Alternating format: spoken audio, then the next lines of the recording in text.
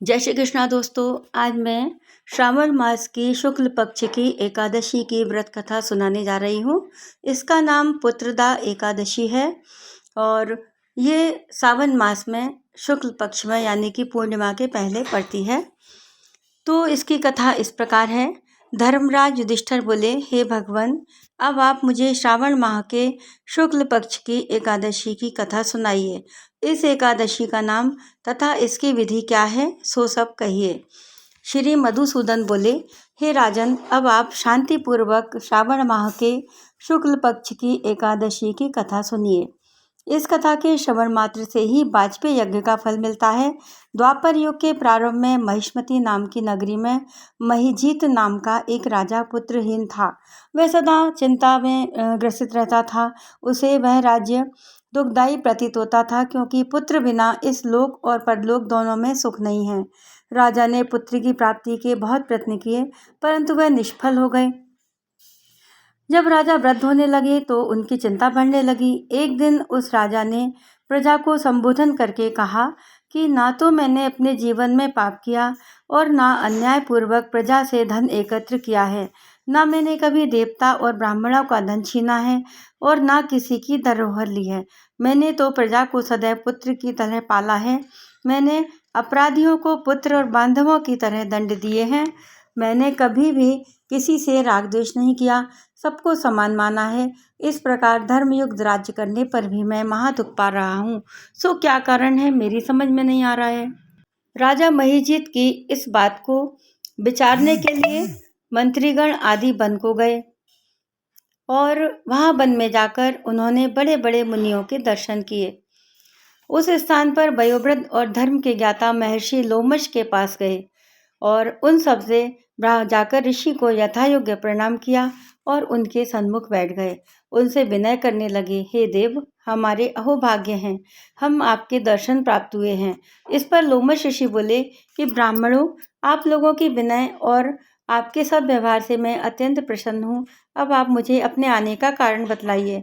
मैं आपके कार्य को अपनी शक्ति के अनुसार अवश्य ही पूरा करूँगा, क्योंकि हमारा शरीर ही परोपकार के लिए बना है, इसमें किंचित मात्र भी संदेह नहीं है। लोमश ऋषि के ऐसे वचन सुनकर सब बोले, हे महर्षि, आप हमारी समस्त बातों को जानने को ब्रह्मा से भी अधिक हैं। महिष्मती नाम की पुरी में एक महाजित नाम का एक धर्मात्मा राजा है।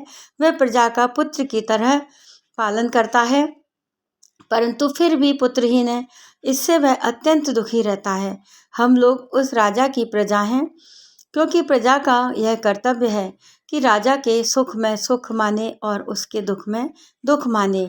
हमको उसके पुत्रहीन होने का अभी तक कारण प्रतीत नहीं हुआ है। अब जब आपके दर्शन कर रहे हैं, हमको पूर्ण रूप से विश्वास है हमारा कष्ट अवश्य ही दूर हो जाएगा। अतः अब आप हमको राजा के पुत्र होने का उपाय बताइए।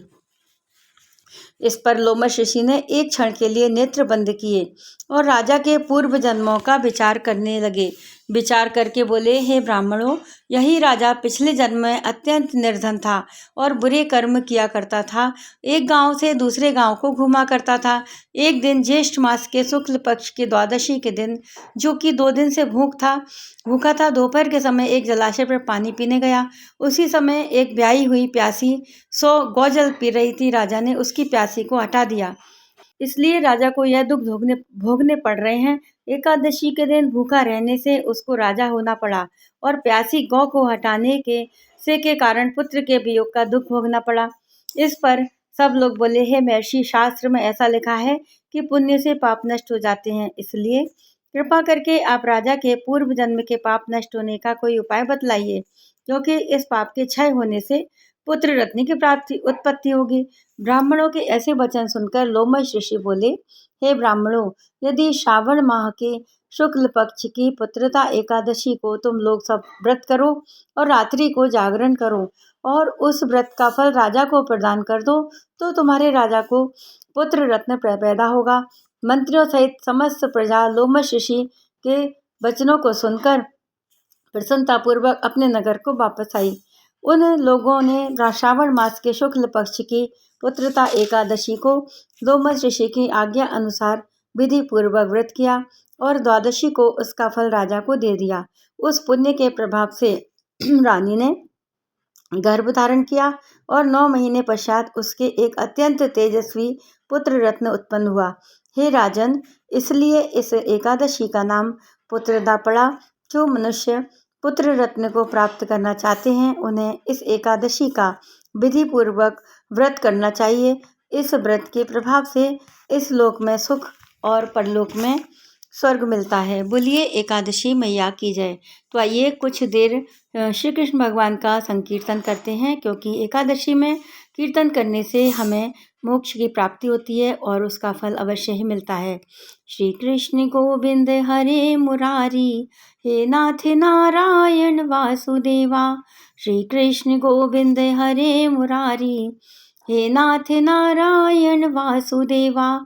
श्री कृष्ण गोविंद हरे मुरारी, हे नाथ नारायण वासुदेवा।